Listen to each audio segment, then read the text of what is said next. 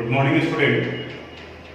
पिछले वीडियो में हम लोग वेपर प्रेशर के बारे में बात किए थे और उसी के साथ में आपको रॉड्स लॉ, हेनरीज लॉ और डाल्टन्स लॉ के बीच के रिलेशन को भी बताया था। थोड़ा सा एक बार फिर से रिपीट करते हैं। किस सब्सटेंस को यानी कि किस फेज में सॉल्यूट और किस फेज में सॉल्वेंट है, इस पर डिपेंड करता है कि हमें हेनरीज लॉ यूज करना है, रॉड्स लॉ यूज करना है या डाल्टन्स लॉ यूज करना है। अगर वेपर फेज दिया हुआ है यानी कि both components are in vapour phase, both components are in gases phase, तो वहां पर हम लोग डाल्टन्स लॉ अप्लाई करते हैं। अगर लिक्विड फेज है यानी कि both components are in liquid, तब वहां पर हम लोग रॉड्स लॉ अप्लाई करते हैं। और अगर किसी गैस को लिक्विड में डिसॉल्व किया गया, गैस इन लिक्विड, तब वहां पर हम लोग हेनरीज लॉ अप्लाई करते हैं। अब यहाँ आज हम लोग एक नया टॉपिक स्टार्ट करने जा रहे हैं, ideal and non ideal solution, जिसमें सबसे पहले हम लोग बात करेंगे आइडियल सॉल्यूशन के बारे में। ये आइडियल वर्ड आप सुने हैं डे टू डे लाइफ में। आइडियल टर्म हम लोग यूज कब करते हैं? किसी भी चीज के लिए आइडियल हर जगह पर होता है। आप मूवी देखते हैं तो आपका एक्टर और एक्ट्रेस होता है, किसी का ये आइडियल पर्सनालिटी है। और स्टूडेंट्स भी किसी किसी टीचर्स के बिल्कुल आइडियल होते हैं। टीचर भी हर एक स्टूडेंट्स के लिए अलग अलग हो सकता है। स्टूडेंट्स ए के लिए कोई फिजिक्स के टीचर आइडियल हो सकते हैं और स्टूडेंट्स बी के लिए केमिस्ट्री के टीचर कोई आइडियल हो सकते हैं। तो आइडियल वर्ड हम लोग तभी यूज करते हैं जब आपके सामने में अगर कोई पैरामीटर हो और उस पैरामीटर को वो फॉलो करता है एग्जैक्टली, तो हम कहते हैं कि हाँ ये हमारे लिए आइडियल है। उसी तरह से वैसे सॉल्यूशन जो रॉड्स लॉ को फॉलो करते हैं उन्हें आइडियल कहा जाता है। The solution which obey Rod's law at all concentration and at all temperature, ये देखना जरूरी है क्योंकि कुछ नॉन आइडियल भी हैं तो किसी पार्टिकुलर कंडीशन में वो आइडियल बिहेवियर शो करेंगे, बट नॉट ऑलवेज, तब उन्हें आइडियल नहीं कहा। आइडियल कहने का मतलब हर एक कंडीशन में जो शो करता हो, क्या शो करता हो? रॉड्स लॉ को फॉलो करता हो। तो the solution which obey Raoult's law is called ideal solution, और वही जो ओबे नहीं करेगा उन्हें नॉन आइडियल सॉल्यूशन कहा जाएगा। रॉड्स लॉ फिर से याद करो। रॉड्स लॉ में हम लोग पढ़े P A is equal to P not A into chi, P B is equal to P not B into chi B, and total pressure is equal to T A plus P. तो जो solution इन्हें follow करेगा उन्हें ideal कहा जाएगा और जो इन्हें फॉलो नहीं करेगा उन्हें नॉन आइडियल कहा जाएगा। तो नॉन आइडियल वाला आगे हम लोग बात करेंगे अभी इसके बारे में। अभी आइडियल कंडीशन डेवलप कब करेगा? Actually rods law vapour pressure से रिलेटेड है। वेपर प्रेशर वेपर में कन्वर्ट करने के रेट पर डिपेंड करता है, एक्सटेंट ऑफ वेपराइजेशन पर डिपेंड करता है। थोड़ा सा इंटरमॉलिक्यूलर इंटरैक्शन को समझा रहे हैं, बिल्कुल एकदम आप ध्यान से समझोगे। मान लीजिए कि एक सॉल्यूशन है जिसमें सॉल्वेंट कंपोनेंट को हम लोग ए से रिप्रेजेंट करते हैं।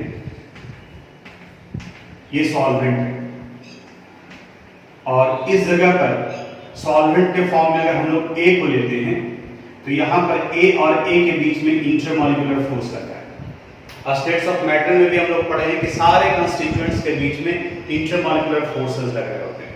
अब ये intermolecular forces dipole dipole interaction हो सकता है, डाइपोल इंड्यूस्ड डाइपोल इंटरैक्शन हो सकता है, वान डेर वाल्स फोर्सेस हो सकते हैं, सम जगह पर हाइड्रोजन बॉन्ड का भी फॉर्मेशन होता है।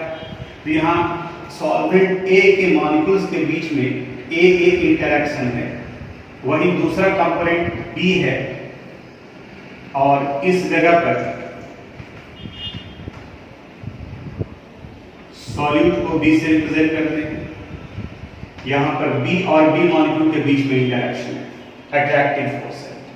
अब जैसे इन दोनों को मिक्स करते हैं तो मिक्स करने के बाद में अब जो सॉल्यूशन का फॉर्मेशन होगा, अब इसमें ए के भी पार्टिकल होंगे और बी के भी पार्टिकल होंगे, यानी ए और बी ये दोनों मिक्सचर के फॉर्म में हो गया। अब इस जगह पर ए और बी के बीच में इंटरैक्शन हो रहा है। इंटरैक्शन और वॉल्यूम में क्या फर्क पड़ेगा, स्केपिंग टेंडेंसी में क्या फर्क पड़ेगा, इसको थोड़ा समझना। अगर मान लिया ये ए है और ये ए है, इनके बीच में अट्रैक्टिव फोर्स लग रहा है जिसे इंटरमॉलिक्यूलर फोर्स कहा जाता है। अगर ये इंटरमॉलिक्यूलर फोर्स स्ट्रांग हुआ तो मॉलिक्यूल नजदीक आ जाएंगे, और जब मॉलिक्यूल नजदीक आएगा तो इनका वॉल्यूम घट जाएगा और इसके वेपर में कन्वर्ट करने का टेंडेंसी कम हो जाएगा। जैसे अगर आप पेट्रोल और डीजल को ले, एक एग्जाम्पल होगा, ऐसे ही सोचो, एक कंटेनर में खुले में पेट्रोल भी डाल दिए और दूसरे में डीजल भी डाल दिए। 2 मिनट के बाद में आप आकर के देखोगे तो मे बी जिस कंटेनर में आप पेट्रोल रखे थे, जो कि ढक्कन नहीं बंद था, तो पेट्रोल स्केप कर गया, यानी कि वेपर में कन्वर्ट कर गया होगा। और वो वेपर में इसलिए कन्वर्ट कर गया क्योंकि पेट्रोल और पेट्रोल के बीच का जो इंटरमॉलिक्यूलर इंटरेक्शन था वो वीक था और उस वजह से वो वेपर में कन्वर्ट कर गया। जबकि डीजल जो है उसका स्केपिंग टेंडेंसी कम है, तो अभी भी लिक्विड फॉर्म में होगा।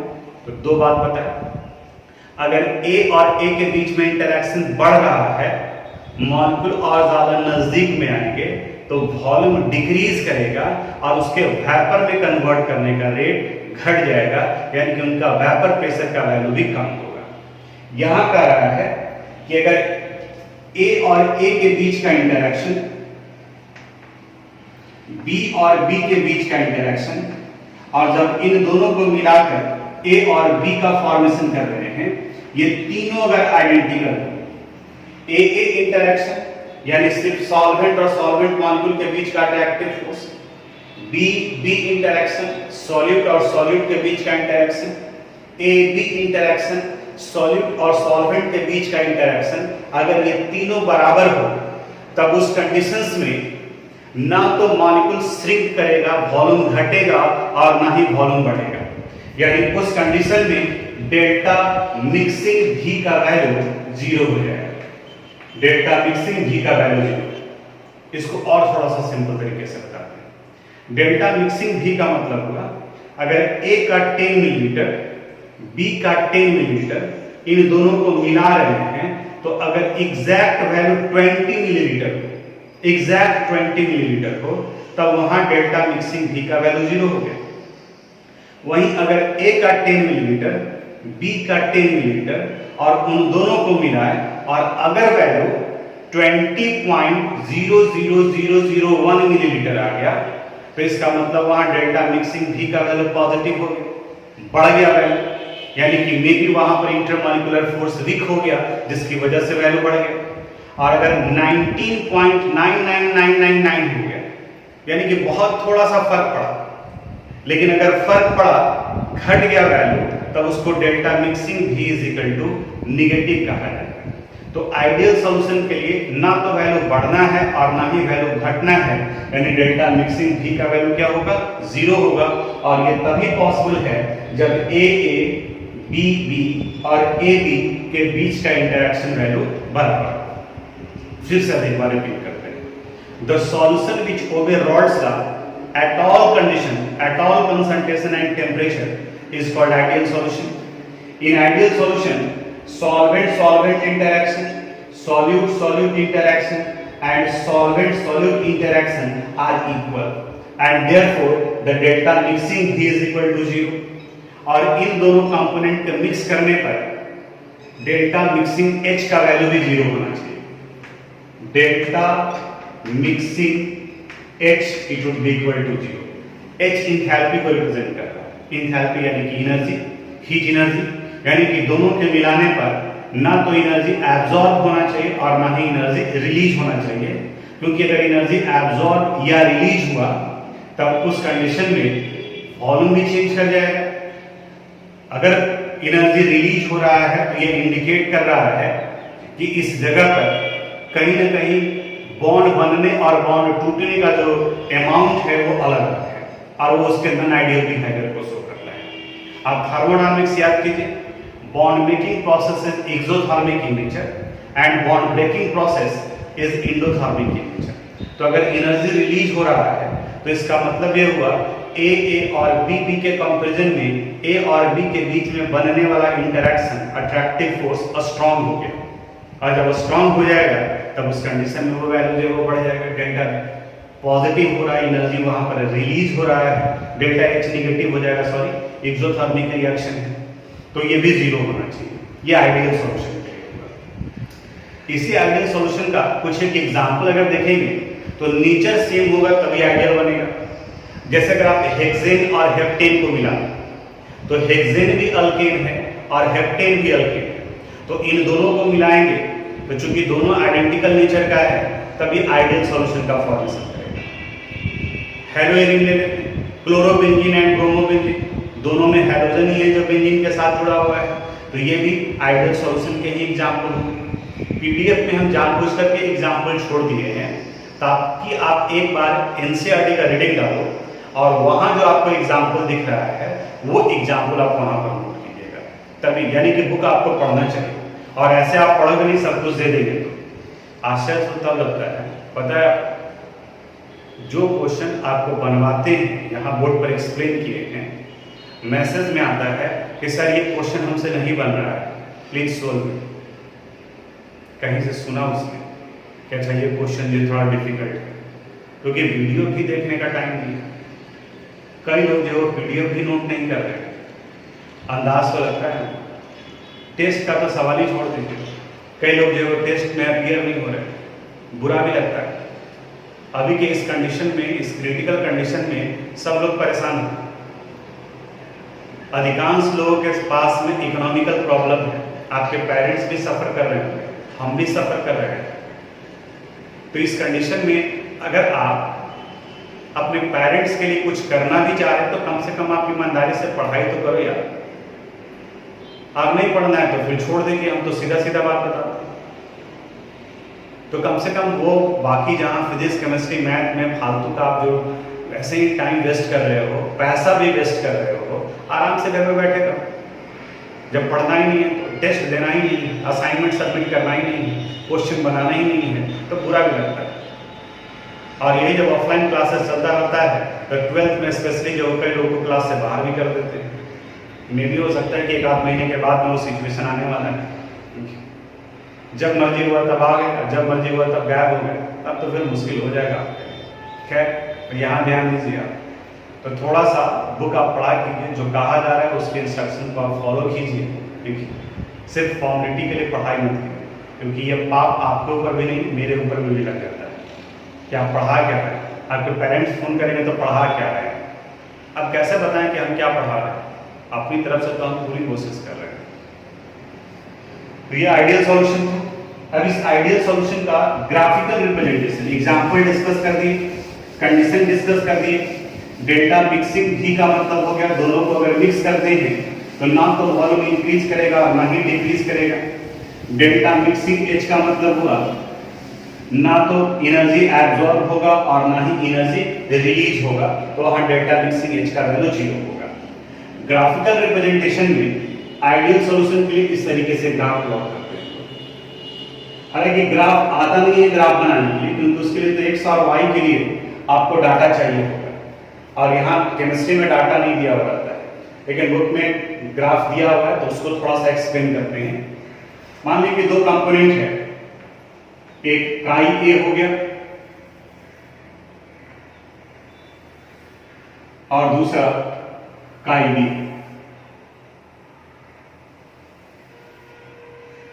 यहां काई ए रखते हैं इस जगह पर और इस जगह पर काई बी रखते हैं। यहां पी ए निकालते हैं, ये जगह छोटा पड़ रहा है, इसमें थोड़ा एक्सप्लेन करने के लिए चाहिए यहाँ स्पेस हम लोग के पास होना चाहिए। पहले डाटा हम लोग ले लेते हैं पी नॉट ए का, यहाँ ये वैल्यू लिखेंगे, फिर इस जगह पर वैल्यू लिखते हैं काई ए का, फिर यहाँ वैल्यू लिखेंगे पी ए जो होता है P not A into chi ए,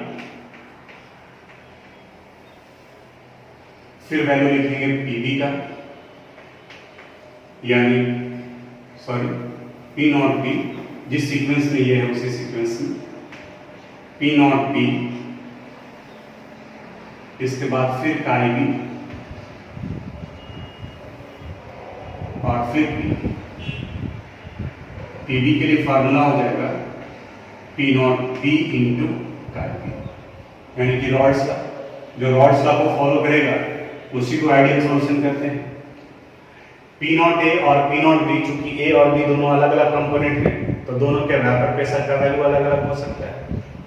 मान लीजिए कि पी नॉट ए का वैल्यू 100 mmHg है और पी नॉट बी का वैल्यू 200 mmHg है। दो कंपोनेंट है, एक ए है और दूसरा बी है। एक के वैल्यू को डिक्रीजिंग ऑर्डर में लेते हैं। मान लीजिए कि यहां पर काई ए का वैल्यू 1 है, फिर दूसरे कंडीशन में इनका वैल्यू 0.75 हो गया, फिर ये वैल्यू 0.5 है, फिर ये वैल्यू 0.25 है और फिर ये 0 हो गया, यानी कि डिक्रीज कर रहा है। तो जब डिक्रीज कर रहा है तो फॉर्मूला आप याद रखो, chi A plus chi B is equal to 1, तो chi B would be equal to हो जाएगा 1 माइनस काई। तो अगर काई ए का वैल्यू 1 है तो काई बी का वैल्यू 1 माइनस 1, तो यहां पर इसके रिस्पेक्ट में ये वैल्यू 0 हो जाएगा। जब इनका 0.75 है तो 1 माइनस 0.75 करेंगे तो ये वैल्यू 0.25 हो जाएगा। अगर ये 0.5 है तो यहां भी ये 0.5 आएगा, ये 0.25 है तो 0.75, और अगर ये 0 है तो 1 हो गया। यानी कि अगर वैल्यू को आप गौर से देखो तो ए के मोल फ्रैक्शन का वैल्यू डिक्रीज कर रहा है तो बी के मोल फ्रैक्शन का वैल्यू इंक्रीज कर रहा है, ये टाइपिंग कर रहे हैं।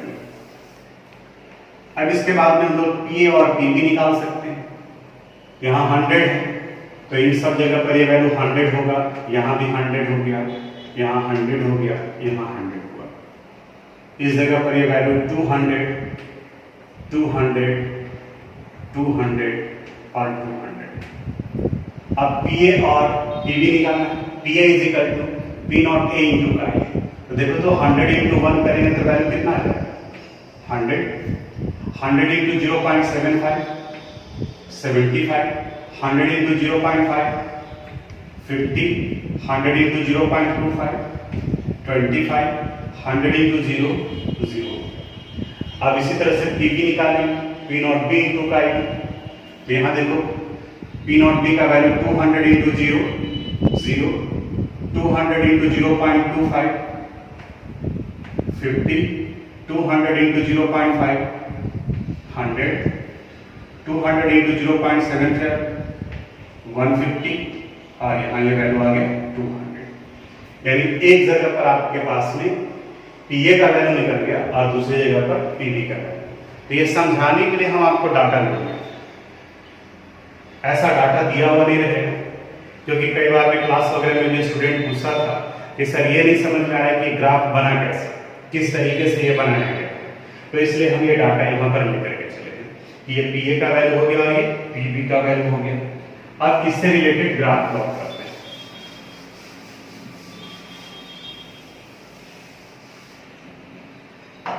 ध्यान से समझोगे आप। ए और बी दोनों के लिए ग्राफ हम लोग एक ही जगह पर प्लॉट कर रहे हैं। इस जगह पर हम लोग काई ए का वैल्यू ले लेते हैं। तो अगर काई ए का वैल्यू यहां से स्टार्ट करेंगे और उसके नीचे में काई बी का वैल्यू होगा। अगर काई ए का वैल्यू यहां हम लोग 1 ले रहे हैं तो फिर अब ये घटेगा, टोटल वैल्यू 1 2 3 4 5, तो 1 2 3 4 5। यहाँ काई ए इज इक्वल टू 1, तो यहाँ काई ए इज इक्वल टू 0, और यहाँ अगर काई ए का वैल्यू 1 है तो इस जगह पर ये 0 हो जाएगा। अगर ये 0.75 है तो ये वैल्यू आ जाएगा 0.25, अगर ये 0.5 है तो ये भी 0.5, ये हो गया 0.25, तो ये वैल्यू आ गया 0.75, और यहाँ काई बी इज इक्वल टू 1।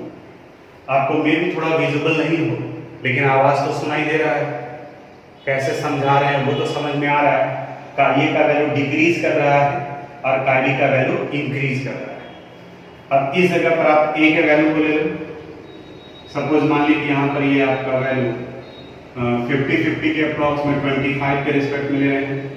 25, 50, 75, 100, 125, 150, 175 और यहाँ पर ये 200। जब काई का वैल्यू 1 है, काई का वैल्यू 1 है, तो पी ए का वैल्यू कितना हो गया 100, यहाँ पर आ जाएगा। काई का वैल्यू 0.75, तो ये वैल्यू 75 यहाँ, यानी आप ग्राफ प्लॉट करोगे इस तरीके से आएगा। ये ग्राफ हो गया पी ए का, which is equal to P not A into chi. उसी तरह से बी के लिए जब प्लॉट करें पी नॉट बी, अगर ये काई बी का वैल्यू 0 है तो पी बी का वैल्यू भी कितना हो गया 0। तो देखो यहां पर ये पार्ट आ जाएगा, ये 0।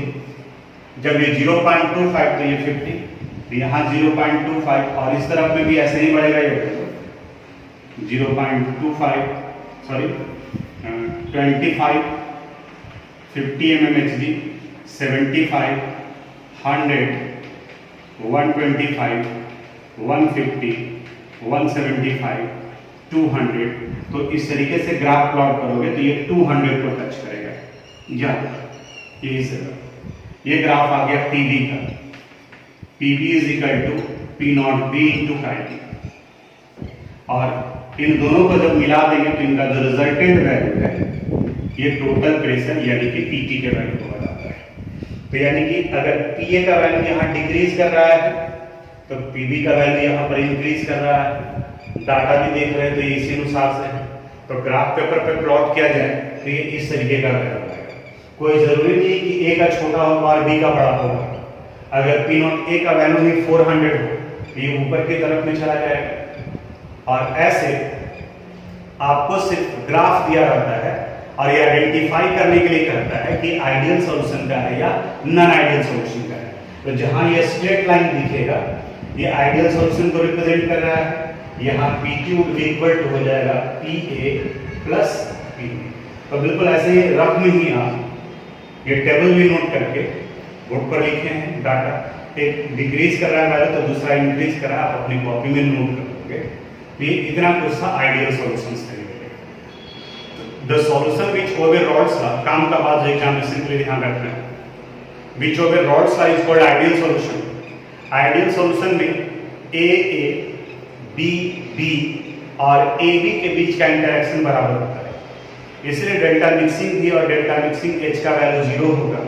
और जब इनका ग्राफ हम लोग प्लॉट करेंगे तो ये स्ट्रेट लाइन है, बिल्कुल स्ट्रेट होगा, कर्व नहीं होगा।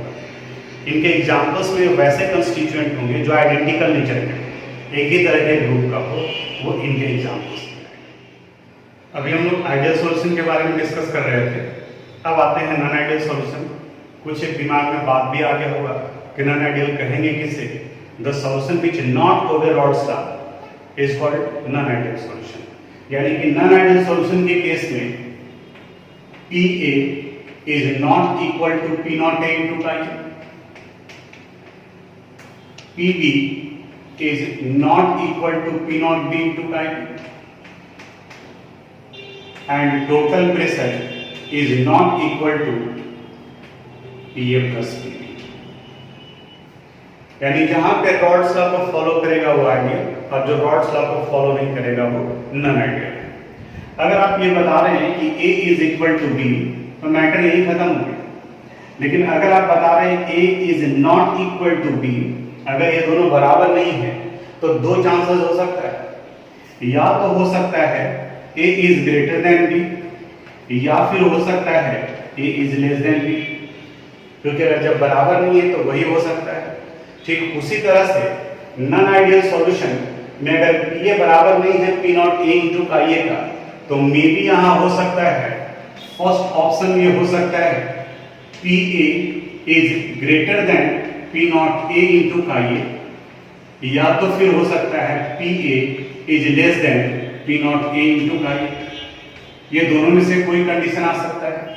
यानी कि जितना उनके वेपर प्रेशर का वैल्यू बनना चाहिए था, जितना हमारा एक्सपेक्टेशन था, अगर उससे ज्यादा वेपर प्रेशर बन रहा है तो वो भी नॉन आइडियल सॉल्यूशन, और अगर कम बन रहा है तो भी वो नॉन आइडियल सॉल्यूशन। जहां वेपर प्रेशर का वैल्यू ज्यादा बन रहा है उसे कहा जाता है non ideal solution showing positive deviation from rods law, और जहां ये वेपर प्रेशर का वैल्यू कम बन रहा है, इन्हें कहा जाता है non ideal solution showing negative deviation from rods law, यानी ज्यादा बना तो पॉजिटिव और कम बना तो नेगेटिव। अब बात करते हैं कि कम, ये ज्यादा और कम हो सकता है, ये भी इंटरमॉलिक्यूलर फोर्स पर ही डिपेंड करता है।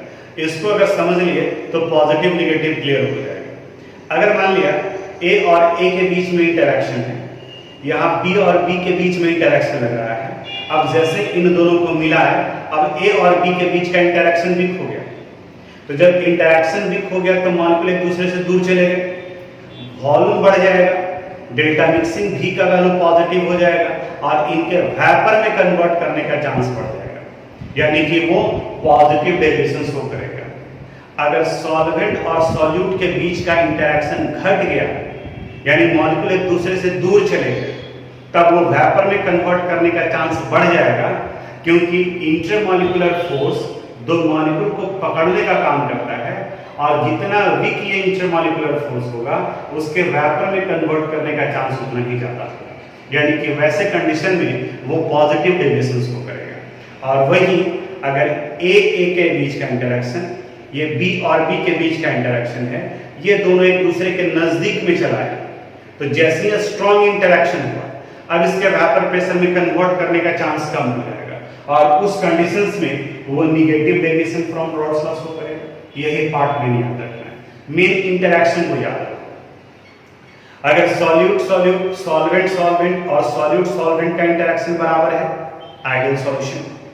अगर सॉल्यूट सॉल्यूट और सॉल्वेंट सॉल्वेंट के कंपैरिजन में सॉल्यूट और सॉल्वेंट के बीच का इंटरेक्शन वीक है, तो आप सोचो कि वीक है तो दूर चला गया, यानी कि अभी ज्यादा वेपर का फॉर्मेशन करेगा, तो इन्हें पॉजिटिव डेविएशन कहा जाएगा। और अगर नजदीक में आ गए तो वो नेगेटिव डेविएशन शो करेगा, क्योंकि वहां पर इंटरेक्शन का वैल्यू ज्यादा हो गया, अब वो वेपर में कन्वर्ट करने नहीं देगा। एग्जांपल्स में जैसे आप बुक में भी देखोगे, हम सिर्फ एक एग्जांपल यहाँ बता रहे हैं। जैसे कार्बन डाइसल्फाइड और एसीटोन, इन दोनों को मिलाते हैं, तो जहां कार्बन डाइसल्फाइड और एसीटोन के बीच का इंटरेक्शन होता है, दोनों को मिक्स करने पर अब वो इंटरेक्शन घट जाता है, तो जो घट गया तो पॉजिटिव डेविएशन शो करेगा। वहीं एसीटोन और क्लोरोफॉर्म को अगर मिलाते हैं तो इनके बीच में सॉल्यूशन में हाइड्रोजन बॉन्ड का फॉर्मेशन होता है, और स्टेट्स ऑफ मैटर क्लास 11 याद करो, हाइड्रोजन बॉन्ड और स्ट्रॉन्ग इंटरमॉलिक्यूलर फोर्सेस में आता है, वान डेर वाल्स फोर्स से स्ट्रॉन्ग होता है, तो वहां पर जब इंटरेक्शन बढ़ जाएगा तब वो नेगेटिव डेविएशन शो करेगा। इसके एग्जांपल्स को भी आपको लिखना होगा। अब थोड़ा सा ग्राफ के बारे में बात करते हैं। अभी हम लोग पढ़े कि अगर आइडियल सॉल्यूशन रहा तो उस कंडीशन में स्ट्रेट लाइन का फॉर्मेशन होता है, और अगर नॉन आइडियल सॉल्यूशन रहा तो पॉजिटिव और नेगेटिव ये दोनों होते हैं। जैसे यहां पर हम लोग अब सब डाटा में लिखेंगे, जो मेन पार्ट है वो लिखेंगे। इस जगह पर हम लोग लिख रहे हैं पी नॉट ए का वैल्यू, यहां लेकर के चल रहे हैं पी नॉट बी का वैल्यू। तो पी नॉट ए है तो यहाँ काई ए का वैल्यू आप ले लो 1 और काई बी का वैल्यू कितना हो जाएगा 0। जब यहाँ ये 1 है तो यहाँ काई ए का वैल्यू 0 और इस जगह पर काई बी का वैल्यू 1, यानी काई ए का वैल्यू डिक्रीज कर रहा है और काई बी का वैल्यू इंक्रीज कर रहा है। ये ग्राफ हो गया पी ए का, ये ग्राफ हो गया पीबी का। दोनों ऊपर नीचे इंडिकेट कर रहा है कि पी नॉट ए का वैल्यू कुछ अलग है, पी नॉट बी का वैल्यू कुछ अलग है, और इन दोनों को जब रिजल्टेंट निकालेंगे तो ये पीटी का वैल्यू होगा, यानी यहां पर ये वैल्यू आ गया P T, it is equal to P A plus P B. ये पीए का वैल्यू आ रहा है P A is equal to P not A into chi. ये ग्राफ जो निकला है वो पीबी का निकला है, P B is equal to P not B into chi. ये ग्राफ बना है आइडियल सॉल्यूशन, ये आइडियल। और अब जब आप नॉन आइडियल बनाओगे, बिल्कुल एकदम सिंपल है, अभी आपको ग्राफ क्लियर होगा कि अच्छा ये ग्राफ बना रहे थे, इसका मतलब क्या हो रहा है। आइडियल सॉल्यूशन का जो कंडीशन होगा उसको डॉट डॉट डॉट से रिप्रेजेंट कर रहे हैं, ये आइडियल कंडीशन। यहाँ ये रिजल्टेंट वैल्यू आ रहा है। एक और ग्राफ प्लॉट करते हैं, एक पॉजिटिव के लिए हो जाएगा और दूसरा नेगेटिव डेविएशन के लिए हो जाएगा। यह स्ट्रेट लाइन आइडियल को रिप्रेजेंट कर रहा है।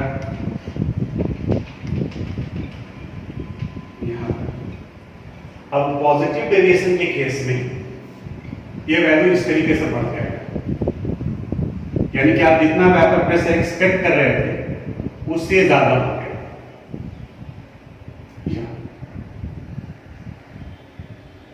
और अगर निगेटिव डेविएशन है तो ये ग्राफ नीचे की तरफ जाएगा।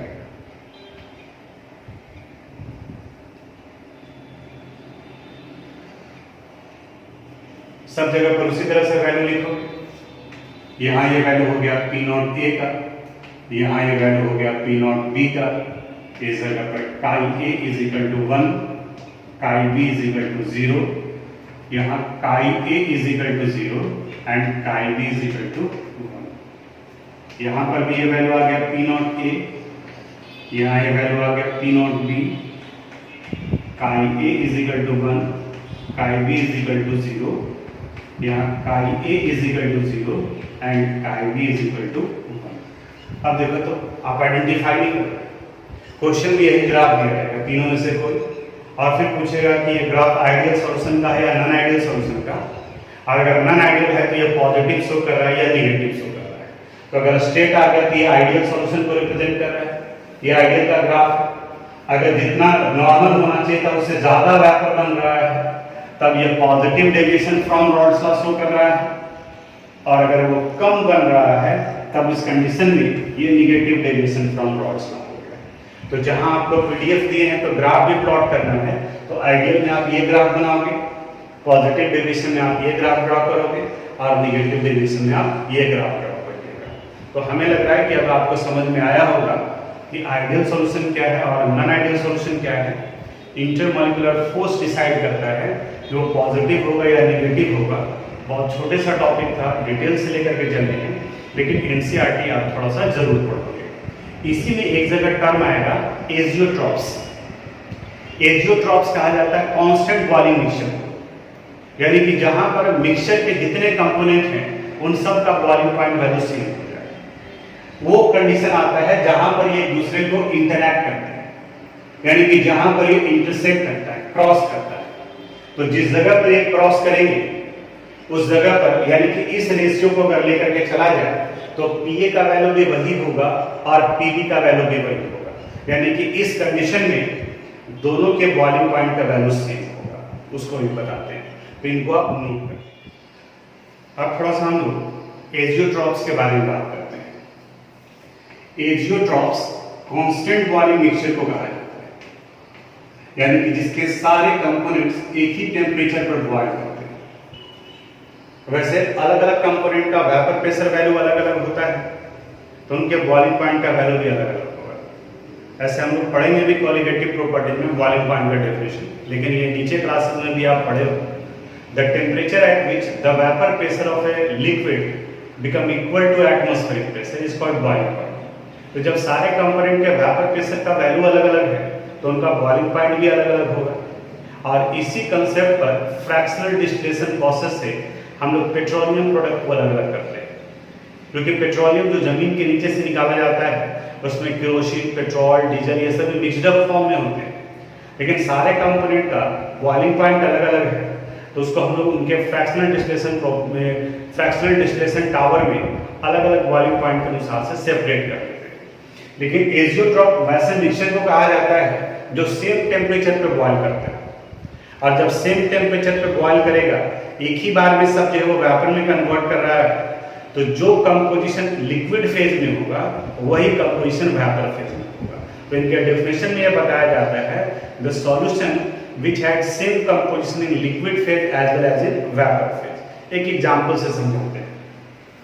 जैसे मान लिया कि P0 A का वैल्यू दिया हुआ है 100 mmHg, 100 mmHg, और दूसरा कंपोनेंट है P0 B और इनका वेपर प्रेशर वैल्यू है 150 mmHg।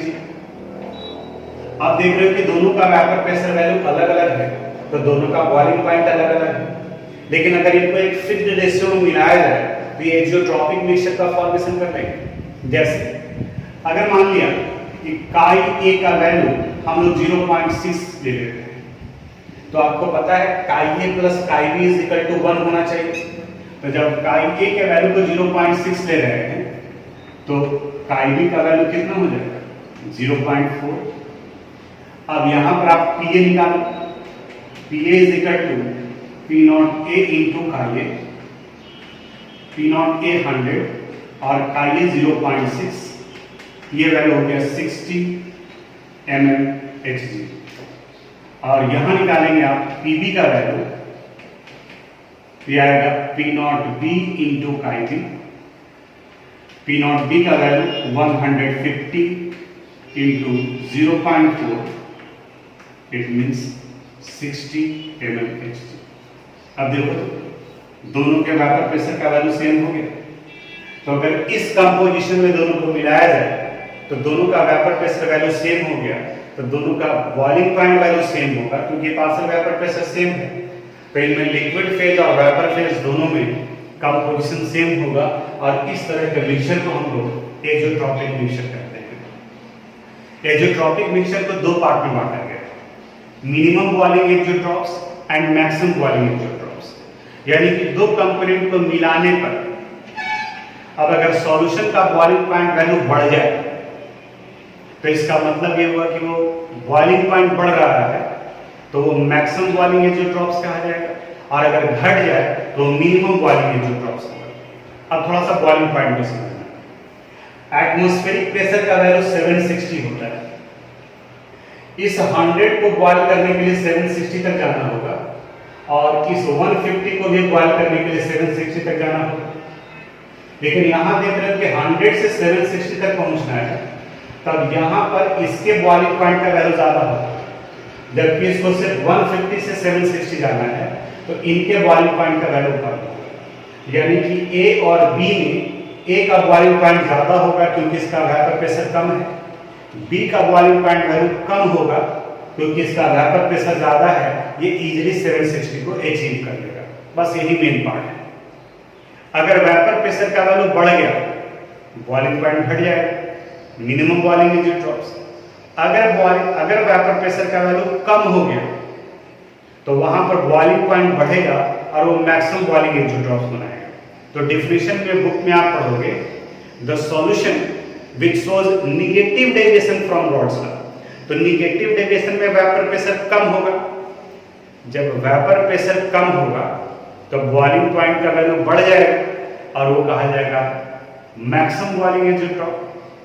और अगर वेपर प्रेशर का वैल्यू बढ़ गया, पॉजिटिव डेविएशन शो कर रहा है, तो जहां पॉजिटिव डेविएशन शो करेगा, वेपर प्रेशर बढ़ेगा, तो बॉइलिंग पॉइंट का वैल्यू कम हो जाएगा और उन्हें मिनिमम बॉइलिंग एजियोट्रॉप्स कहा जाता है।